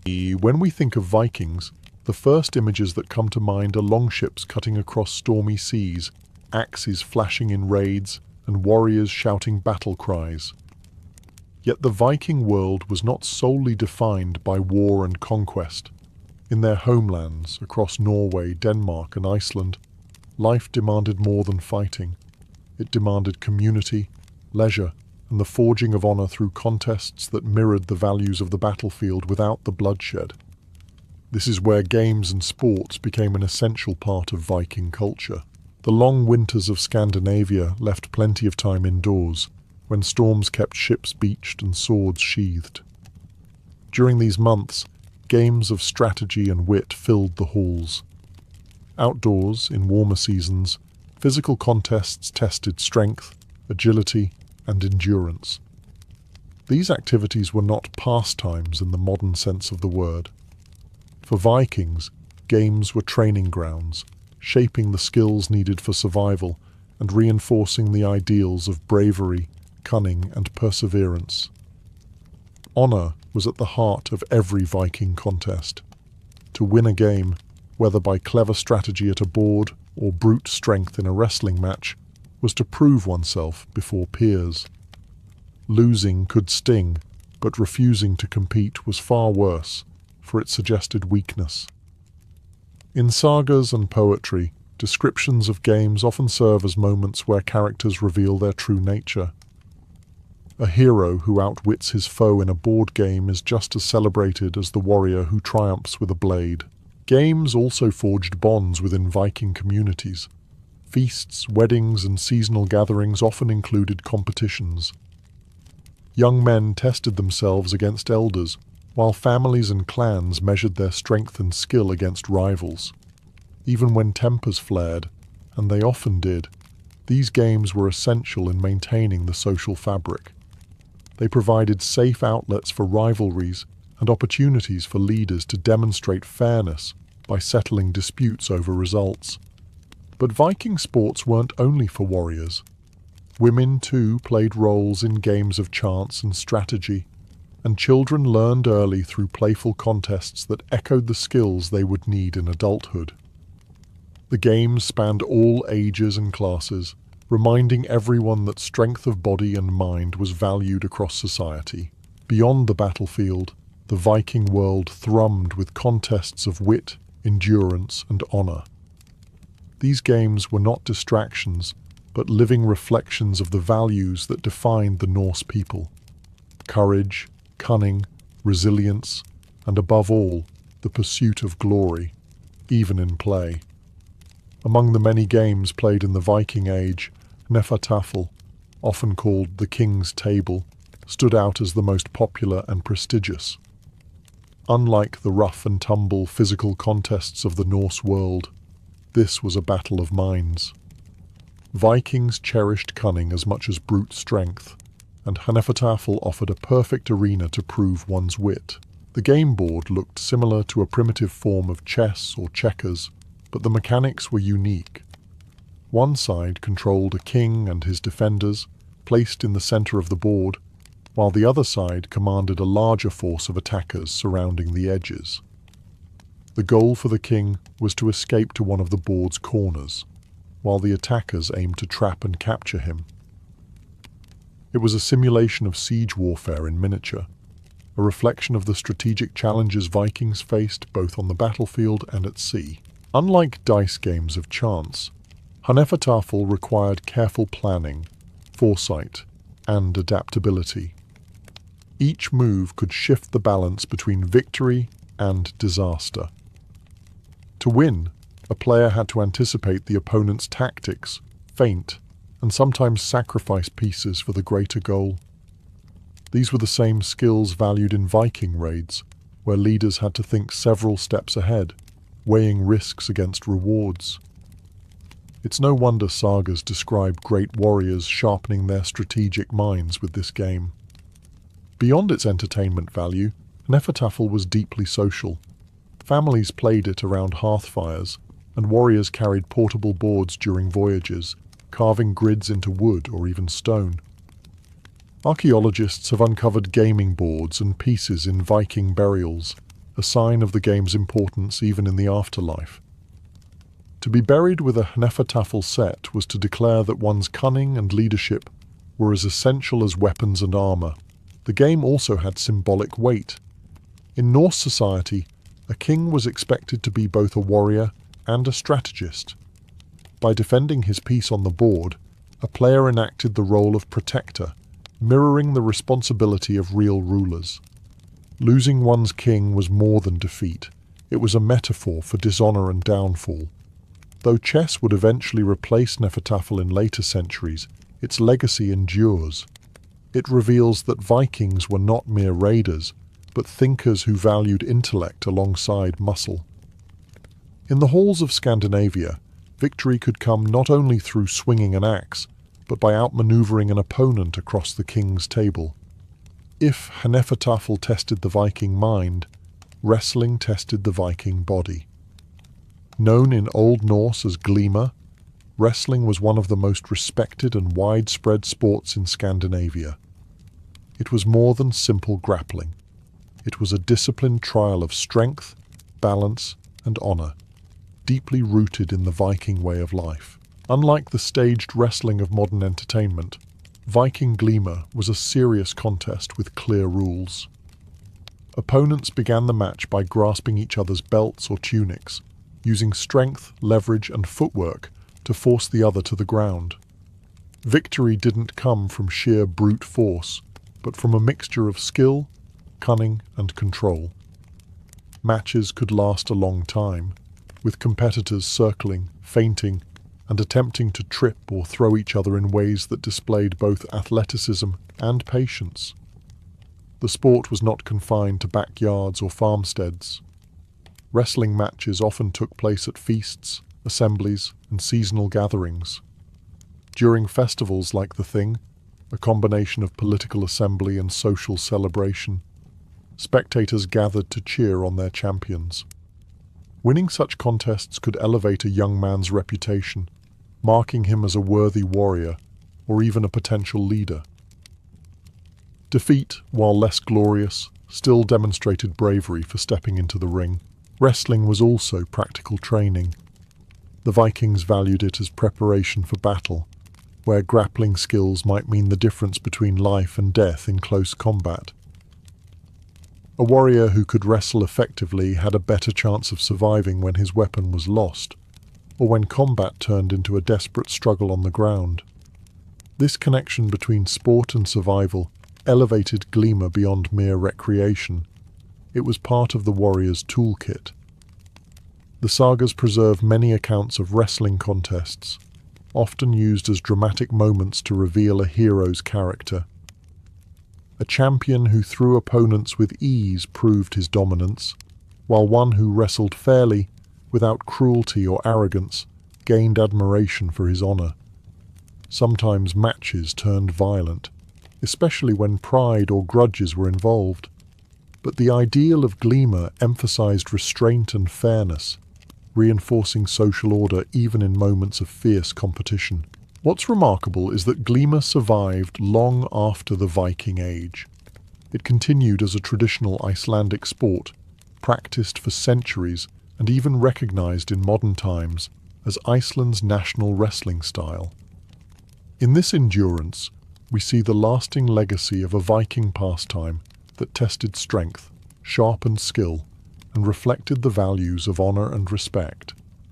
For the Vikings, mastery over water was not optional, it was survival. Their entire culture revolved around the sea, from launching daring raids across Europe to fishing in icy fjords. It's no surprise, then, that swimming held a special place among Viking sports. To swim in their world was not a leisurely pastime, but a demonstration of endurance, courage, and the ability to defy nature itself.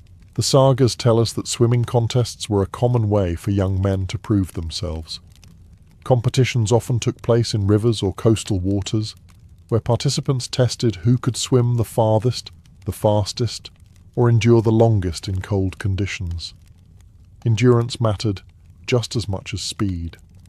Some stories even describe brutal variations, where opponents attempted to drag one another under the water, turning a test of skill into a contest of survival.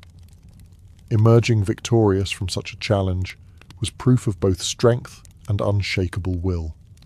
Swimming also tied directly into Viking warfare. A warrior who could swim had an undeniable advantage if a ship capsized, or a raid ended in pursuit across rivers. In sagas like that of Grettir the Strong, swimming feats are celebrated as heroic accomplishments equal to slaying foes in battle. The ability to stay afloat in icy waters wasn't just sport. It was a practical skill that could mean the difference between life and death. The settings of these contests were often unforgiving. Imagine plunging into a glacial river fed by melting snow, the shock of the cold cutting into your chest, while rivals swam beside you, each striving to outlast the others. Enduring such trials demonstrated resilience that impressed both peers and elders. For Vikings, conquering the cold was a way of showing dominance over nature itself. Swimming contests were also part of community gatherings. During festivals or feasts, young men would compete in rivers while crowds lined the banks, cheering them on. Victories won admiration, and in some cases, could raise a man's social standing. A skilled swimmer gained not just bragging rights, but also the trust of his comrades on future sea voyages. Through swimming, the Vikings turned necessity into honor. The water that gave them life, through fish, travel, and trade, also tested their bodies and spirits. To excel in the river or sea was to prove that one was not only fit for the ship's oar, but also worthy of the Viking name itself. Long before Scandinavia became a land of famous Winter Olympians, the Vikings were already masters of ice and snow. In their harsh northern homelands, where winter gripped the land for much of the year, skiing and skating were not just entertainment, but essential skills. Yet, like all Viking pastimes, they were transformed into contests of skill, speed, and honor. Skiing, in particular, had deep roots in Norse culture. Archaeological finds show that skis were used in Scandinavia as far back as 6,000 years ago, and by the Viking Age, they had become both a practical tool and a sport. Vikings used wooden skis to hunt in snowbound forests, to travel between settlements, and to chase prey across frozen terrain. But once survival was secured, skiing became competitive. Races tested who could glide the fastest across snowy fields or navigate treacherous hills with the greatest agility. These contests mirrored the Viking admiration for balance, strength, and mastery over the environment. The Norse even had a god associated with skiing, Ulla, a deity of winter, archery, and hunting, often depicted with skis and a bow. Invoking Ulla's name before a race added a divine dimension to the sport, framing skiing not just as recreation, but as a sacred skill. Victorious racers could claim they had the favor of Ulla himself. Skating was another beloved winter activity. Vikings strapped bones, often from animals like cattle or horses, to their boots and used poles to push themselves across frozen lakes and rivers. Though clumsy by modern standards, these bone skates allowed surprising speed and agility on the ice. Children and adults alike joined in, turning frozen waters into makeshift arenas for games, races, and feats of balance. The skill of skating proved useful in real life as well, helping scouts or hunters travel quickly in winter conditions. Winter sports were also social events. During long, dark winters, when farm work slowed and raiding season paused, communities gathered for skiing races or skating competitions. These contests broke the monotony of the season and gave young men opportunities to prove their prowess before peers, elders, and potential brides. In these snowy games, the Viking spirit of competition thrived. Skiing and skating combined necessity with sport, turning survival skills into displays of courage and agility. To glide across the ice or snow faster than anyone else was to show mastery over both nature and one's own body. A true Viking achievement. For the Vikings, weapons were more than tools of war. They were extensions of identity. A good sword or bow was as much a symbol of honor as it was a means of survival. Unsurprisingly, many Viking games revolved around practicing with weapons, turning deadly skills into contests of accuracy, speed, and daring.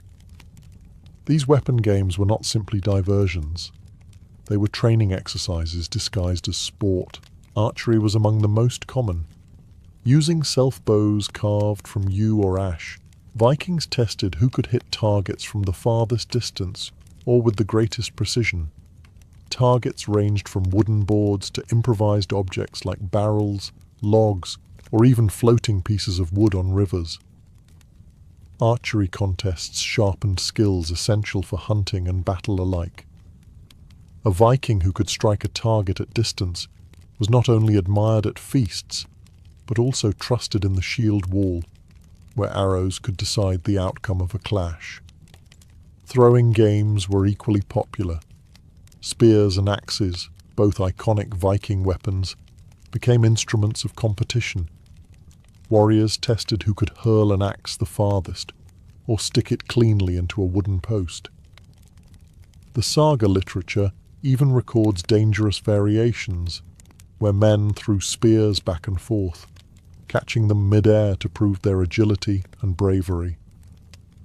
Such games blurred the line between sport and combat, transforming training into spectacle. Swordplay, too, had its playful forms. Young men engaged in mock duels with blunted blades or wooden practice swords, sparring to demonstrate reflexes and courage. These bouts often ended in laughter, though tempers could flare and turn the game into something far more serious. Still, mock combat was an important way to prepare young warriors for the realities of battle. What made these contests uniquely Viking was the combination of practicality and honor. To excel in weapon games was to prove not only one's skill, but also one's readiness for real combat. Victories in archery or axe throwing could raise a man's reputation, while poor performance might invite ridicule. Women and children sometimes participated as well, especially in archery, showing that weapon skills were valued across the community. These games were woven into feasts, festivals, and gatherings, ensuring that warriors never lost touch with their martial skills even in peacetime. Precision with a bow, strength in the arm, and courage in the heart. These were the qualities sharpened through Viking weapon games. To play was to prepare, and to prepare was to live up to the Viking ideal of honor. No Viking gathering was complete without a feast, and no feast was complete without contests to prove endurance, wit, and humor. While battles of sword and shield measured strength on the battlefield, the drinking hall became its own kind of arena. Here, men tested their capacity for ale and mead, their cleverness in wordplay, and their ability to hold composure as cups were drained and songs filled the smoky air. Drinking was not simply about indulgence. It was ritual, social glue, and an opportunity to earn or lose honor. Mead horns were passed from hand to hand, each man expected to drink deeply. Games emerged around these customs. One popular challenge was endurance drinking. Who could empty the largest horn or drain it the fastest without faltering? Another variation tested stamina. How many rounds could a man endure before slurring his words or collapsing under the table? Feasting contests were not limited to alcohol. Eating competitions, especially involving meat or bread, sometimes accompanied the revelry. A warrior's appetite was seen as proof of his vitality, and to devour more than one's peers was to display a kind of strength. Of course, failing to keep up could invite laughter and mockery, a blow to one's pride as damaging as losing a wrestling match. Verbal games also thrived in the mead hall. Flighting, a kind of verbal duel or insult contest, was a sharp-witted exchange where participants hurled boasts and barbs at one another, often with the entire hall as witness. Success required quick thinking and clever phrasing. A warrior who held his own in flighting proved that his tongue was as sharp as his blade. Failure, on the other hand, risked humiliation. These drinking and feasting games carried risks. Too much ale could cloud judgment, and sagas record feasts where contests escalated into violence. Yet within controlled bounds, they reinforced Viking ideals. A man who drank bravely, ate heartily, and spoke boldly was admired. Feasting contests also strengthened community bonds, ensuring that laughter, music, and storytelling balanced the harshness of raiding and farming life. In the glow of torchlight, with horns raised high and tables heavy with food, the Vikings transformed simple acts of eating and drinking into trials of honor. The hall became as much a battlefield as the open sea. Only here, victory was won not with steel, but with stomach, wit, and the ability to endure the night. In a society so closely tied to farming, herding, and seafaring, animals played a central role in Viking life. It's no surprise, then, that animals also found their way into Viking games and contests. Among the most striking and controversial to modern eyes were horse fights, brutal spectacles where strength, aggression, and honor were tested not only in men, but in their prized beasts. The horse was a sacred animal to the Vikings, tied to fertility, warfare, and even the gods. Owning a strong, well-bred horse was a mark of prestige, and contests between stallions became a way to demonstrate wealth and dominance. During festivals or gatherings, horses were brought together to fight, spurred into aggression while crowds looked on. The battles could be fierce, with neighs and hooves filling the air, as handlers encouraged their animals to clash. The horse that prevailed brought pride not just to itself but to its owner, whose honor rose with the victory. These fights were not only entertainment, but social theatre. They offered men the chance to display their breeding stock, assert their power, and sometimes even settle rivalries. A victorious horse added to the status of its owner, while a defeated animal could damage a man's reputation. Saga literature occasionally records disputes escalating after horse fights, as pride and anger spilled over into human feuds. Horses weren't the only animals drawn into contests. Dogs, too, were trained for fights or competitions of hunting skill. Strong hounds that could bring down game or win in challenges were highly prized. Falcons and hawks, symbols of nobility, were sometimes judged for their prowess in catching prey. These animal contests highlighted the Viking belief that strength and dominance extended beyond humans. It was a trait admired in all creatures. To us today, the idea of forcing animals into combat may seem cruel, but for the Vikings, it was part of a worldview that valued toughness, resilience, and the spectacle of power. Just as men proved themselves in wrestling or archery, so too did their animals serve as extensions of their honor. Through these contests, Vikings reinforced a culture where prestige was measured in every arena, on the battlefield, in the feast hall, and even in the strength of the beasts they bred and trained. To witness a horse fight was to see Viking values reflected in muscle, fury, and the relentless pursuit of dominance. For the Vikings, games were never just diversions, they were reflections of their deepest values: honor, courage, cunning, and resilience.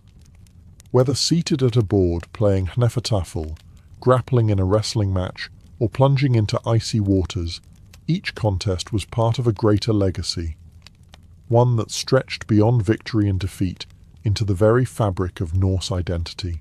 In saga literature, games often serve as pivotal moments in a character's story. A hero might reveal his brilliance not on the battlefield, but by outmaneuvering rivals at the king's table. A quarrel sparked during a wrestling match could escalate into a blood feud that shaped an entire narrative. In this way, Viking games were never trivial. They were stages where reputation was built, tested, and sometimes destroyed. The emphasis on honor tied games to community memory. Winning was not just a personal triumph, but a public claim to respect. The applause of peers, the recognition of elders, and the whispers of admiration all helped cement a man's standing in society. For the Vikings, to be remembered as a strong wrestler, a cunning player, or a fearless swimmer was to carve one's name into the collective saga of the people. Games also bridged generations. Fathers taught their sons the rules of Glima or the strategies of hnefatafl, passing down not only skills but ideals of fair play, courage, and persistence. Women participated too, through board games, storytelling competitions, and even verbal flighting, ensuring that honor was not limited to the battlefield, but woven into the everyday fabric of Viking households. In this sense, games helped sustain cultural values, ensuring they survived long after battles were forgotten. What makes Viking games so striking is how seamlessly they blurred the line between play and life. Wrestling prepared warriors for combat, archery sharpened hunters for survival, swimming trained sailors for shipwrecks. Even drinking games reflected the endurance and resilience expected of a Viking. Every contest, no matter how playful, carried echoes of real struggle and survival. Today, their legacy endures in subtle ways. Icelandic Glima wrestling still thrives as a national sport. Strategic board games echo the logic of hnefatafl. Winter skiing and archery remain Nordic traditions. The Vikings remind us that games, when infused with meaning, become more than entertainment. They become tools for shaping identity and vehicles for carrying honor into eternity.